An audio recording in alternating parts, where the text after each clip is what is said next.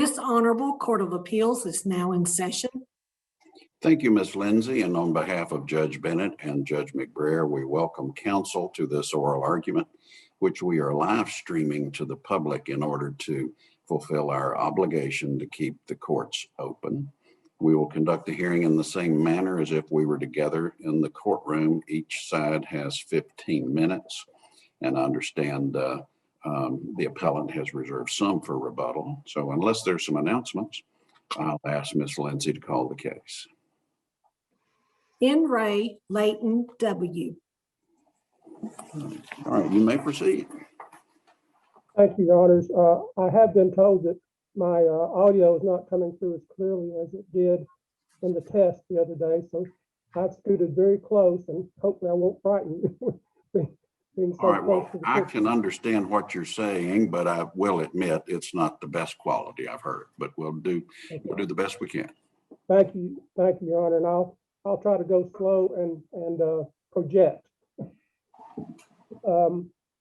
As Your Honors know, yes, please the court, I am Mickey Hall. I represent the appellant and the father, Mr. Walls, and of course this is our second trip here to the appellate court.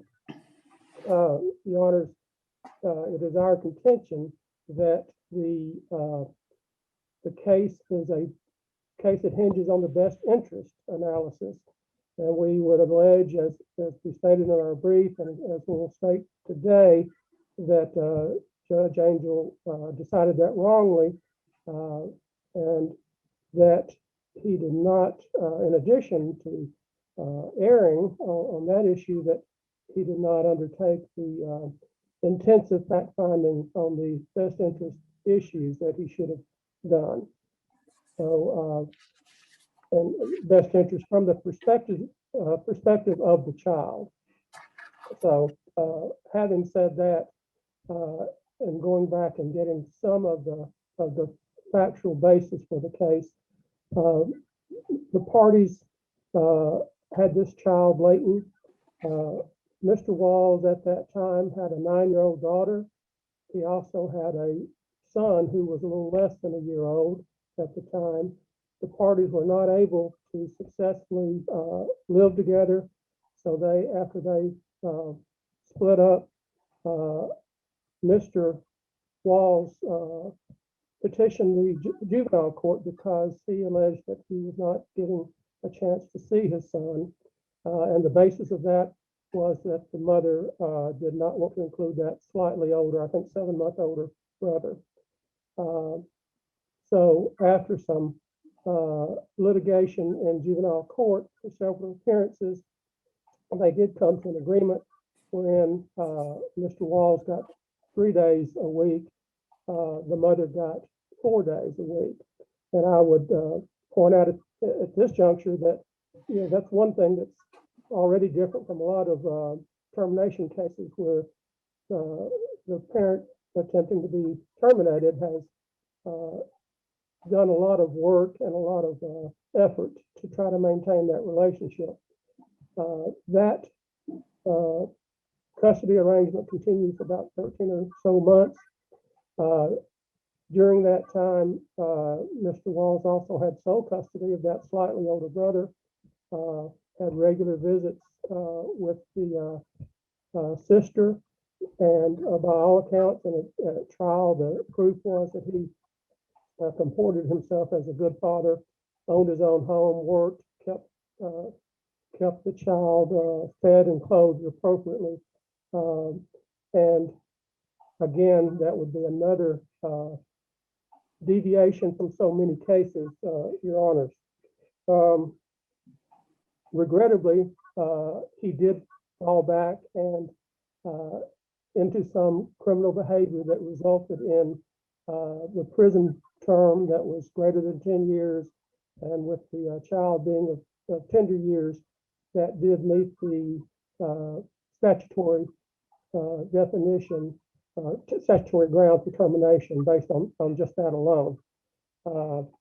So we did have a hearing.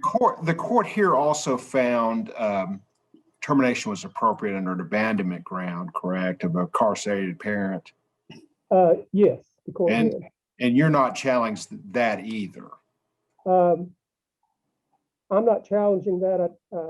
I think the other grounds are there, and I do believe it's a best interest case in the end, so I'm not challenging that.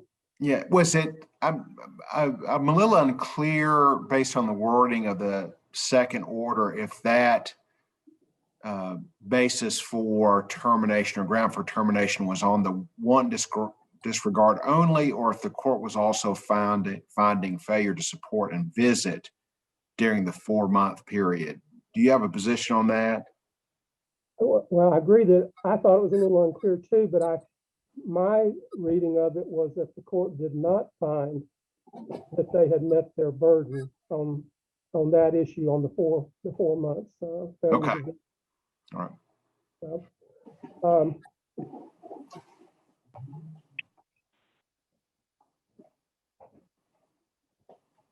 So, Your Honors,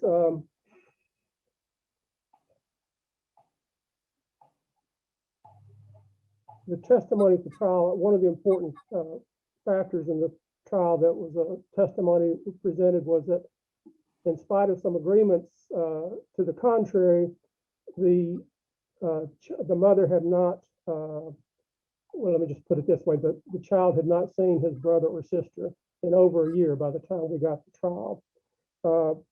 And again, from the perspective of the child, this is not in the child's best interest.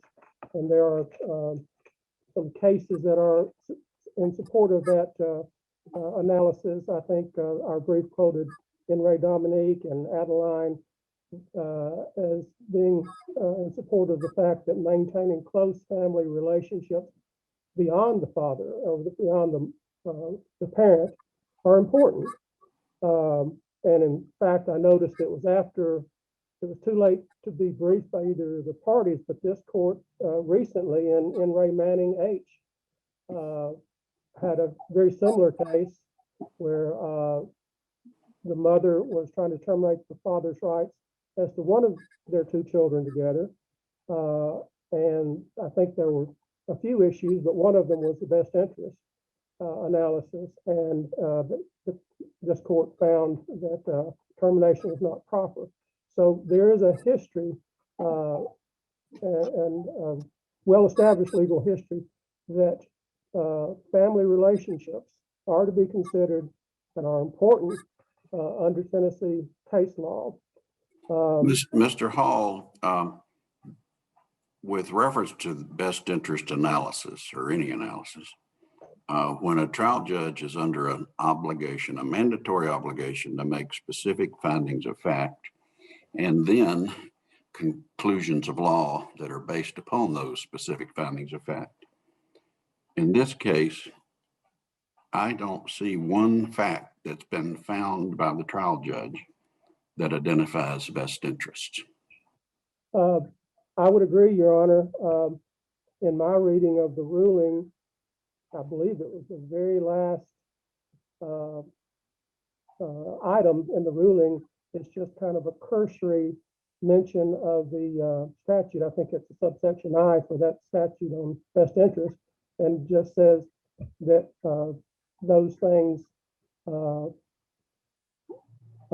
in light of those factors, of best interest is found for termination. I agree, and I think that was a failing of the ruling, that there were no factual findings. I think case law says that each person whose parental rights are challenged has the right to an individual, an intensive fact finding for that circumstance. And I don't believe that was done. And that is our argument, that it was not done in this case. Well, there's clearly no findings of fact by the trial judge in this case on best interest. If, and I can't speak for my colleagues, but if we determine that the statute mandates specific findings of fact and that they be written, if we remand this case, is there evidence in the record upon which a trial judge could make specific findings of fact that are pertinent to the best interest analysis? Yes, Your Honor, there are. The case law says, for one thing, besides those 9 factors, any others presented at trial. We presented a good bit of evidence about the family relationships. As to the other factors, I think there would be enough for some of them. Some of them might be arguable because at the time Mr. Walls was in prison, and it might be subject to interpretation about, some of the factors, like has the parent made an adjustment, for instance, in his circumstances. Well, shouldn't we be concerned here about the delay in time? I mean, this has already been up on appeal once, and we've sent it down once already for findings of fact and conclusions of law. My understanding is there was an evidentiary hearing after the remand, so the court was already going off information that was somewhat dated. That's troubling to me, because shouldn't we be evaluating the best interest in a more recent time frame? And wouldn't that necessarily dictate that we should have a new, or ask for more new evidentiary hearing on best interest here? I would think so. If it does go back, certainly Mr. Walls could be present and testify. As a footnote in my brief indicated, he's out on parole and would be working, is able to testify as to his circumstances now, and that would be appropriate, Your Honor. I would also argue that perhaps the court could rule in our favor, but if it did go back, that would be something that would be appropriate. In this case, did the trial judge request counsel, either one or both of you, to submit proposed written findings of fact and conclusions of law, or did the trial judge just take it on his own?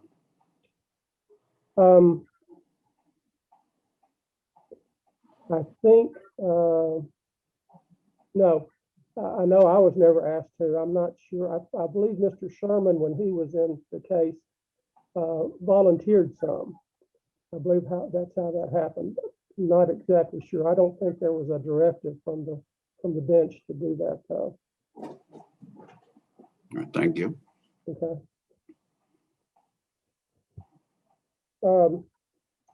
Let me see, Your Honor. I have to get my glasses back on again.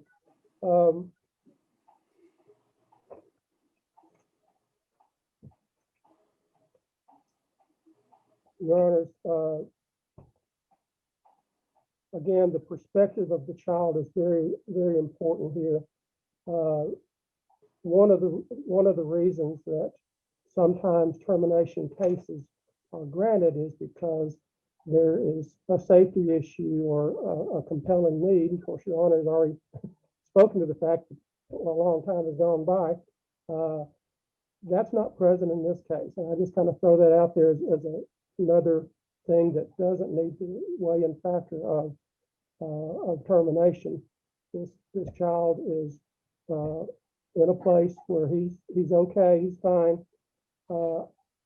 But I think. All right, Mr. Hall, I apologize, but I need to cut you off. You've gone way over your time. I'm sorry. You'll have time on rebuttal. Mr. Moore, and I guess I've already told you what I'm thinking, but what do you have to say about the absolute void of written findings of fact relevant to the best interest? Your Honor, I think I can address an issue that you've raised, as well as an issue that Judge McBriar raised with the time frame. There is a case that is White versus Moody. It is mentioned in our briefs, although I can't say that it's necessarily analyzed in the briefs, as there are actually a handful of cases that are mentioned by both parties supporting each party's argument, which I kind of found interesting. But what I would say to your point is that I feel like that there is case law out there that says that, okay, these points of 36.1, 113I, there needs to be a factual analysis of them. At the same time, it says they're not exclusive. that there are other factors that need to be brought in, or that may be brought in. I'm not going to say need to be brought in, but that may be brought in. And so it seems that the court has taken, or the courts of Tennessee has taken the position that the best interest factors or the best interest determination is one that can be confined in 36.1.113I or expanded. I think there are some cases in which Well, Mr. one Moore, or two. Mr. Moore, I apologize for interrupting you, but I think you misunderstood my question. The statute mandates, requires, compels a trial judge in a termination case to make specific written findings of fact and then state its conclusions of law.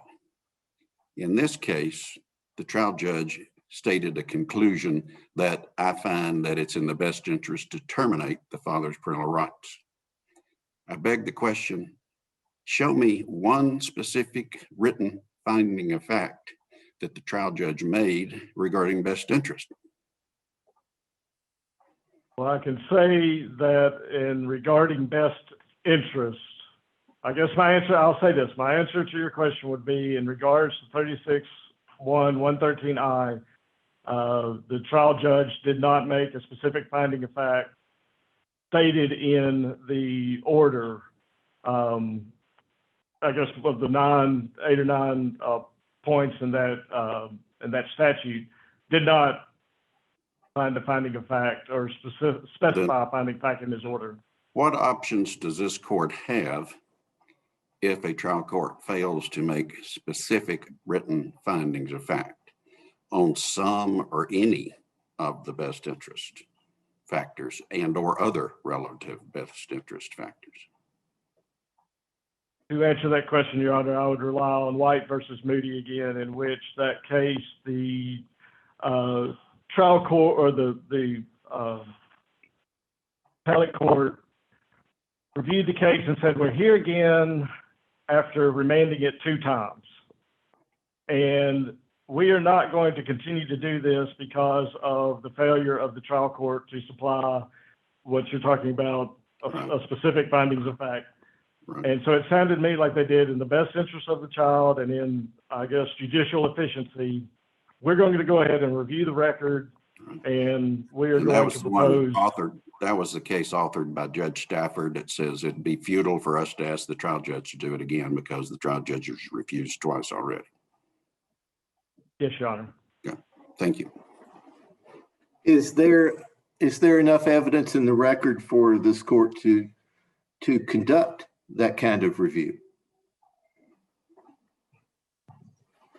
I think there is. I think that even on this short transcript, I mean, I skimmed the transcript last night. It's a single volume, 154 pages. About 30 pages are made up of opening statements. There's not a lot of testimony there's a lot of testimony about father's criminal history, but I don't see a lot going to each of the individual best interest factors here. What am I missing? I would have to argue that I would agree with you in the sense that not every best interest factor is analyzed, but I would say that there is testimony, as the only proof that was presented for the best interest was oral testimony. And I will say that I was not the attorney that participated in the trial. I am the attorney on appeal, or on the second appeal. But I do feel like there was extensive examination by both parties, by the guardian ad litem, and even by the judge. At one point, the trial judge does question the father about where he is in prison, what his plans are when he steps out. I feel like that in all of that testimony, there is enough there to analyze, what is in the best interest of the child, and even addressing the father's contention about, the inability to, I guess they're arguing the inability to have a relationship with the half-siblings should termination be moved forward. The guardian ad litem even said that that argument was disingenuous because there wasn't anything necessarily presented saying that they were in fact preventing the children from having a relationship together, or that anyone was saying that should this termination go through, then we will by all means cut off communication with the children or the family altogether. I think at that point it becomes voluntary as to how they want to act. So with that being said, yes, my position would be that that there's enough in the record that would allow the court to come to a best interest determination. Well, what about the changed circumstances over time? Should we not be concerned about that? I understand your point. At the same time, I think that the guardian ad litem made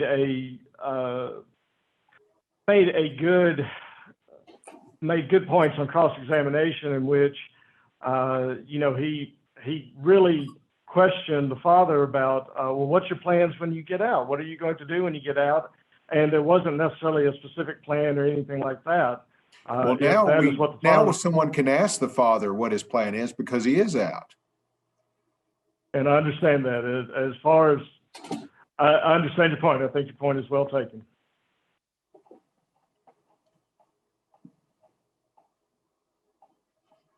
I If I may proceed. Yes, please proceed, and I apologize for the interruptions, but sometimes we've just got questions that need to be asked, but please proceed. No problem, Your Honor. I guess if I may continue with, I guess, my prepared argument, if that's okay. Certainly. Many points have been addressed, but I think one point I do want to make is that, and I do kind of want to harp on and hound on this idea that the child and his half-siblings will no longer have a relationship should this termination move forward. And there's case law that counsel utilizes to defend that point in Re Layton W, in which the trial court does say, yes, family relationships are extremely important. And while that is a factor that it considers in its analysis to terminate, the crux of that case, it seemed, fell on the fact that the trial court was prepared to terminate one parent and not terminate the other parent. And the guardian ad litem made a point to say that its recommendation was that you don't terminate, if you're going to terminate, not going to terminate one parent, don't terminate the other parent. That would not be in the best interest of the child. I feel like that was what the decision was based on in that case. While it did factor in the family relationship, it also noted that there was a very strong bond in that family. I would say that that is not necessarily the case in this case. The child was 2.5 when the father went to prison. The child has lived over half its life in the home of the mother and the stepfather. While there has been contact with brothers, there was even testimony that it was disputed as if the child would even necessarily remember, I guess, these assumed fond memories that the child had with half-siblings. And so with that being said, again, I'm going to kind of quote the guardian ad litem on this in his closing statement that this argument is somewhat disingenuous because, one, it's not going to be the family, there's no proof saying that this family relationship is going to be severed in the sense of there will be no contact ever again because I'm never letting the child see his half-siblings again. And at the same time, there was testimony as far as there were attempts to get the children together. There was attempts to have that communication. So with that being said, of course, our position is going to be that that termination would be proper, that it would be in the best interest of the child. From the child's point of view, there's stability in the home at this time. There are two parents, the mother and the stepfather, that are married. There's a strong support system around them, that there's consistency, there's stability. And with all of that being said, even with the father being paroled and on parole at this time, The decisions that have been made in the past, the fact that he was in prison during the very early years of this child's life and through, like I said, almost more than half of this child's life up to this point. All of those factors together, our argument would definitely be that termination is in the best interest of, termination of the father's parental rights is in the best interest of the minor child. Anything further, Mr. Moore? With that, I'm prepared to rest, Your Honor. All right, thank you, Mr. Moore. Mr. Hall, you have some time for rebuttal. Thank you, Your Honor. I'll scoot up close again. Your Honor, I think the best indication of the future is the past. And at the hearing, the mother who had sole custody and the stepfather admitted that there had been over a year since that child had seen his brother or sister, and not to mention any other person in that family. Even though they both said that that was an important thing for him to have.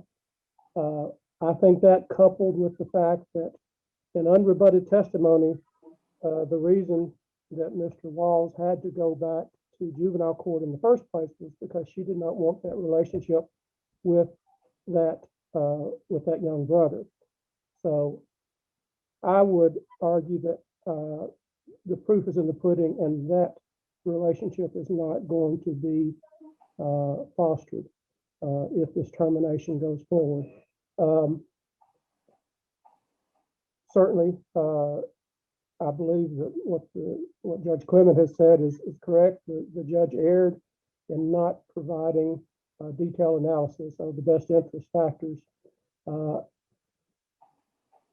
If the court is thinking of ruling in our favor, I would say in support of that there was never any need to rush to this situation. So many families live with a step parent in one house and their biological parent in the other house.